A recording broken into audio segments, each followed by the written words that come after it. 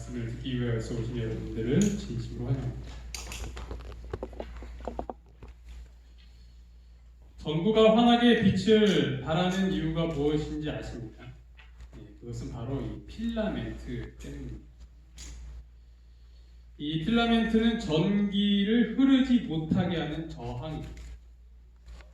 즉 전기의 길을, 전기가 그 가는 길을 막고 있는 것입니다. 전구 안에 전기가 흐를 때 그 안에 있던 이 필라멘트는 전기가 가고자 하는 길을 막음으로써 그 전기가 제대로 통하지 않는 것처럼 보이지만 그렇기 때문에 빛을 내고 있는 것입니다. 전기가 고난을 만나면 밝은 빛을 비춥니다. 삶 가운데 처하는 고난의 문제들이 때론 우리를 너무도 어렵게 합니다. 힘들게 합니다. 하지만 다른 면에서 볼 때 고난과 문제는 하나님께서 우리의 인생을 밝게 하시기 위하여서 계획하신 또 하나의 섭리라고 할 수 있겠습니다. 아멘. 오늘은 감사의 삶에 대하여서 함께 나눠보고자 합니다. 데살로니가전서 5장 18절에 있는 말씀 함께 읽어보도록 하겠습니다. 시작. 범사에 감사하라. 이는 그리스도 예수 안에서 너희를 향한 하나님의 뜻입니다. 범사에 감사하라 라고 이야기를 하고 있습니다. 여기서 범사라는 것은 모든 일을 이야기합니다. 그러나 이것이 쉬운 일이 아닌 것을 우리가 발견하게 됩니다. 우리는 감사할 만한 일이 있을 때 감사할 수는 있지만 감사할 수 없는 상황에서도 감사한다라는 것은 너무나도 힘든 일이기 때문입니다. 오늘 범사에 감사라는 이 말씀의 뜻은 아직 일어나지 않은 상황 속에서도 그리고 전혀 바뀌지 않은 그 상황 속에서도 감사하라는 의미를 담고 있는 것입니다. 시편을 보면 감사라는 단어가 굉장히 많이 나옵니다. 그런데 가만히 살펴보면 감사한 이유나 일이 있어서 감사한 것이 아니라 아직 이루어지지 않았음에도 불구하고 감사하다라는 그런 시들이 많이 나옵니다.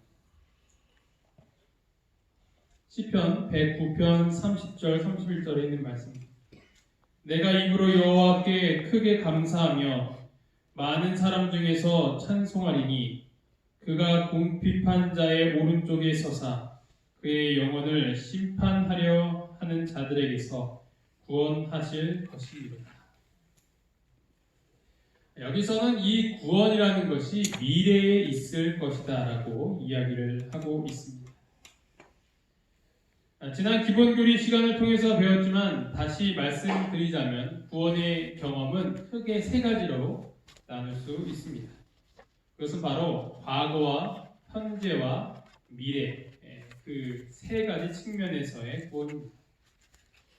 과거의 경험은 예수 그리스도의 십자가를 믿음으로 말미암아 구원받은 칭의의 구원을 이야기합니다. 또한 현재의 경험은 그 구원받은 자가 거룩한 삶을 살게 되는 성화의 구원을 말합니다. 미래의 경험은 예수 그리스도께서 다시 오실 때 최종적으로 우리가 얻게 되는 영화의 구원입니다. 따라서 여기서 말하는 이 구원이란 바로 이 세 번째 미래에 우리가 경험하게 될 영화의 구원을 이야기하고 있는 것입니다. 구원하셨기 때문에 감사한 것이 아니라 구원하실 것에 대하여서 감사하고 있는 것입니다. 궁핍한 가운데 있고 눈물 가운데 있고 한숨 가운데 있고 탄식 가운데 있습니다. 그리고 죽음의 염려 가운데 있는 것입니다. 그럼에도 불구하고 우리는 하나님 내가 크게 감사합니다 라고 말할 수 있는 것입니다. 다니엘은 다리오 왕 때 사람들의 시기를 받았던 자였습니다.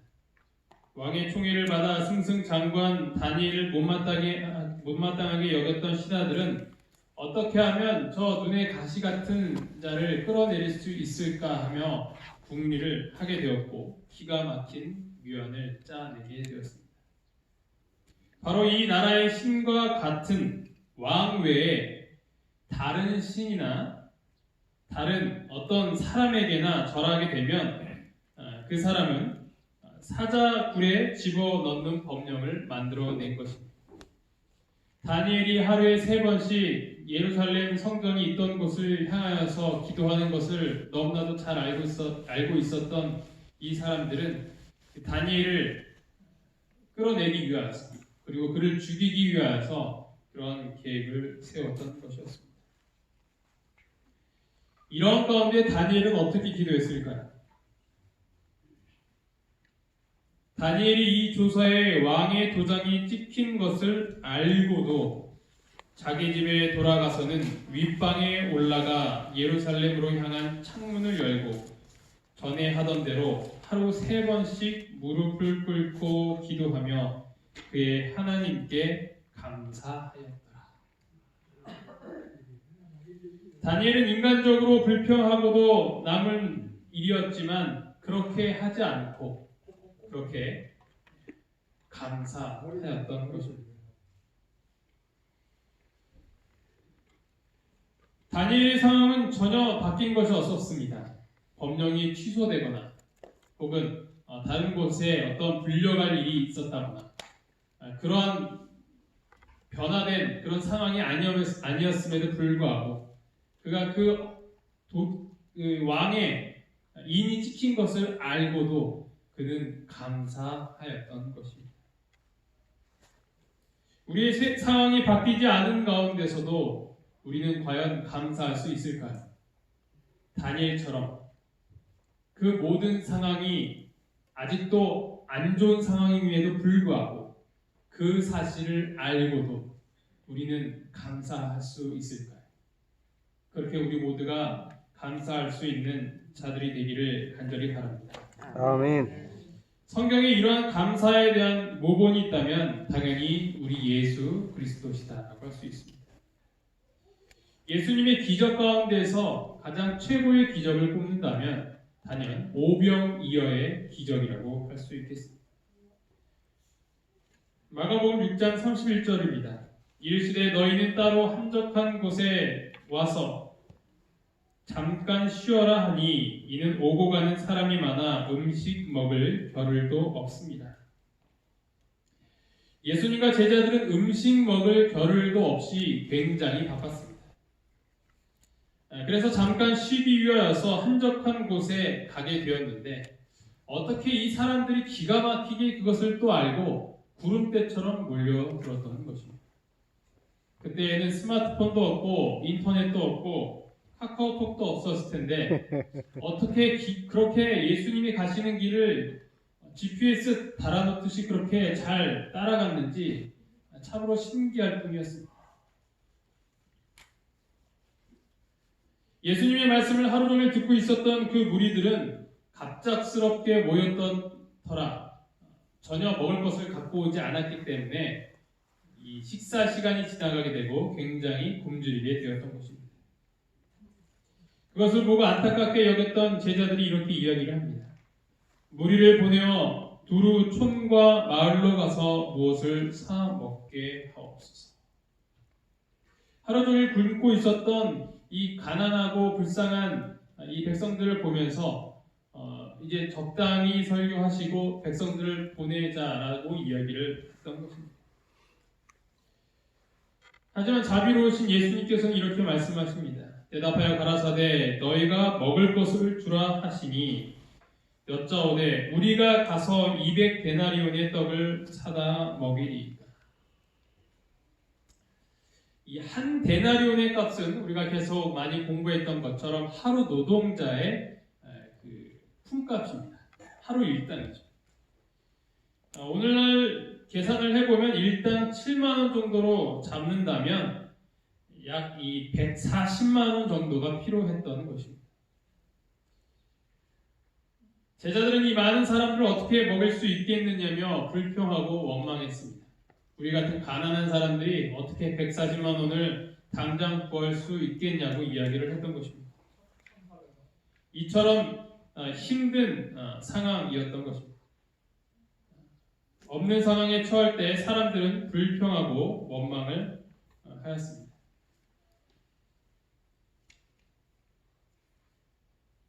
이르시되 너희가 너희에게 떡 몇 개나 있느냐 가서 보라 하시니 알아보고 가로되 떡 5개와 물고기 2마리가 있더이다 하거늘. 이들이 갖고 있었던 것은 무엇이었습니까? 바로 보리떡 5개와 물고기 2마리 뿐이었습니다. 이 상황이라면 여러분은 어떻게 하시겠습니까? 뒤에서 궁지렁궁지렁 대면서 아니 이걸 어떻게 저 많은 사람들을 먹일 수 있냐고 그렇게 이야기를 했을 것입니다. 그런데 예수님은 어떻게 하셨습니까? 예수께서 떡 5개와 물고기 2마리를 가지사 하늘을 우러러 축사하시고 떡을 떼어 제자들에게 주어 사람들에게 나누어 주게 하시고 또 물고기 2마리도 모든 사람에게 나누시매 라고 이야기를 하고 있습니다.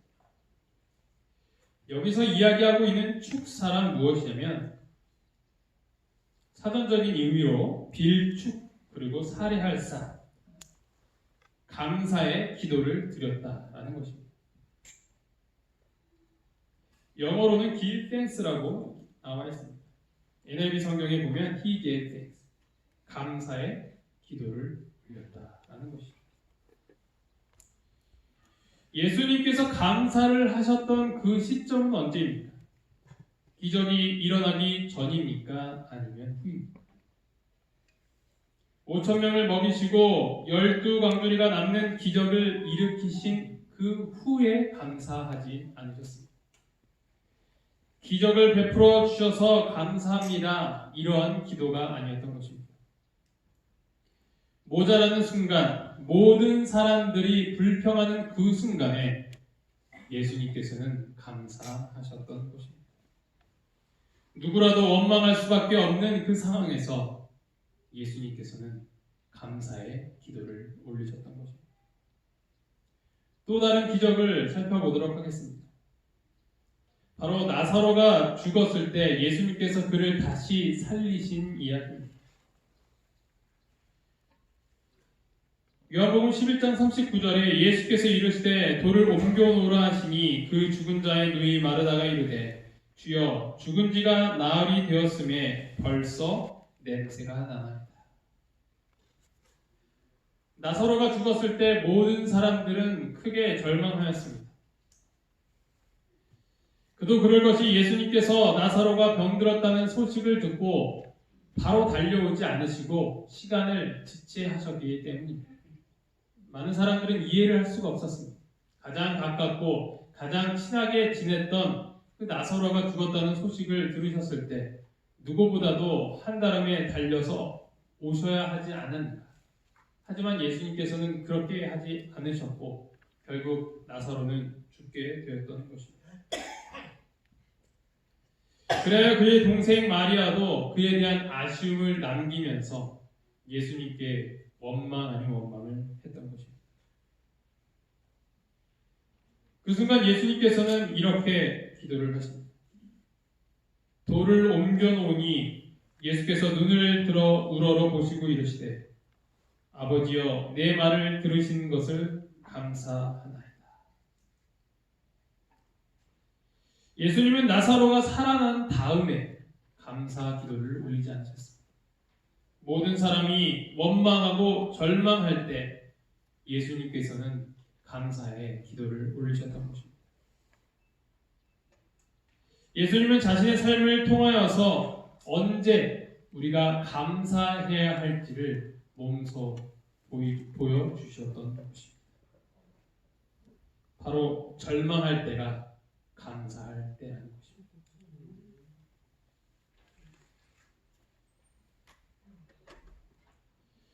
우리는 하나님께 상황을 바꿔달라고 기도할 때가 참으로 많이 있습니다. 그러나 우리가 먼저 해야 할 기도는 내 마음이 먼저 바뀌게 해달라고 기도를 해야 하는 것입니다. 아멘. 그런 기도가 주님께서 우리를 향하여서 원하시는 기도고 우리가 마땅히 해야 할 기도인 것입니다. 그것이 바로 범사에 감사하라는 말씀이 실천되어지는 그런 기도인 것입니다. 따라해 주시면 감사하겠습니다. 상황의 변화가 아니라 상황의 변화가 아니라 마음의 변화를 위해 기도하자. 마음의 변화를 위해서 기도하자. 어떤 상황 가운데서도 환경이 어떠하든지 감사의 마음으로 바뀔 때 인생이 달라지고 하나님께서 주시는 행복과 축복을 경험할 수 있는 우리 모두가 되기를 간절히 바랍니다. 아멘. 신송명희님을 아십니까? 뇌성마비 장애인.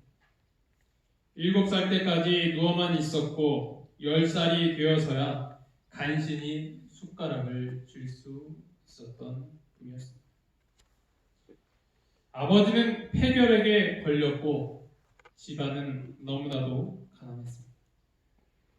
그녀는 자신의 운명을 저주한 나머지 자살을 기도하기도 했답니다. 그러나 이 송명희 시인이 하나님을 만나고 그의 삶이 변하고 인생이 바뀌었습니다. 그녀가 지은 아름다운 시로 인하여서 많은 사람들이 큰 감동을 받고 또 하나님의 사랑을 깨닫게 되었습니다. 그녀의 대표적인 노래가 다들 아시는 것처럼 나라는 노래입니다. 나 가진 재물 없으나 나 남이 가진 지식 없으나 나 남에게 있는 건강 있지 않으나 나 남이 없는 것 있으니 나 남이 못 본 것을 보았고 나 남이 듣지 못한 음성 들었고 나 남이 받지 못한 사랑 받았고 나 남이 모르는 것 깨달았네. 공평하신 하나님이 나 남이 가진 것 나 없지만 공평하신 하나님이 나 남이 없는 것 같게 하셨네. 아멘. 이것이 그녀의 고백이었던 것입니다. 기적과 같이 그녀가 다른 평범한 사람들과 같이 몸이 회복되었다면 얼마나 감사할까요? 그러나 그녀의 그 병이 장애가 전혀 나아지지 않았음에도 불구하고 그녀는 이렇게 아름다운 시로 하나님께 감사할 수 있었던 것입니다. 범사에 감사했던 것입니다. 그녀는 없는 것을 놓고서 불평하지 않았습니다. 있는 것을 가지고 감사했던 사람이었습니다. 그녀의 인생이 변했고 가정이 변했고 주변의 사람들이 변했으며 수많은 영혼들이 하나님을 받아들이게 되는 놀라운 변화들을 경험할 수 있었던 것입니다.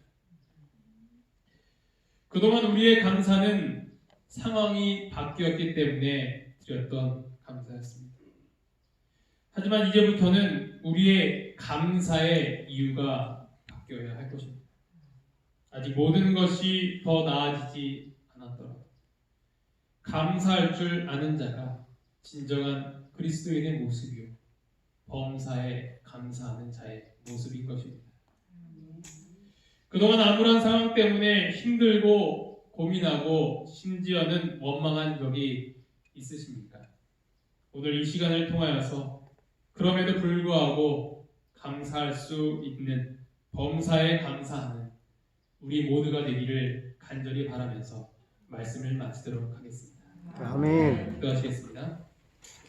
하늘에 계신 하나님 아버지, 오늘 저희가 감사의 삶이 무엇인지 다시 한번 생각할 수 있도록 인도하여 주심에 참으로 감사합니다. 아멘. 저희가 그동안 우리의 상황이 바뀌기만을 기도하며 그렇게 해주시면 감사하겠다라고 어리석게 말했던 때가 얼마나 많이 있습니까?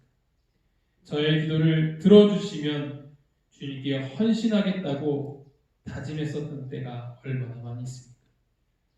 하지만 모든 상황이 여전히 그대로고 혹은 더 악화된다고 할지라도 우리가 감사할 수 있는 이유가 주님께서 우리의 마음을 바꾸어 주셨기 때문에 그렇게 할 수 있도록 저희와 함께하여 주시옵소서. 아멘. 그래서 감사할 만한 이유가 있어서 감사하는 것이 아니라 감사할 만한 일이 없더라도 오히려 남들이 원망할 만한 그런 상황 가운데서라도 하나님께 감사하며 찬양할 수 있는 저희 모두가 될 수 있도록 인도하여 주시옵소서. 아멘. 이 모든 말씀 예수 그리스도의 이름으로 간절히 기도합니다. 아멘.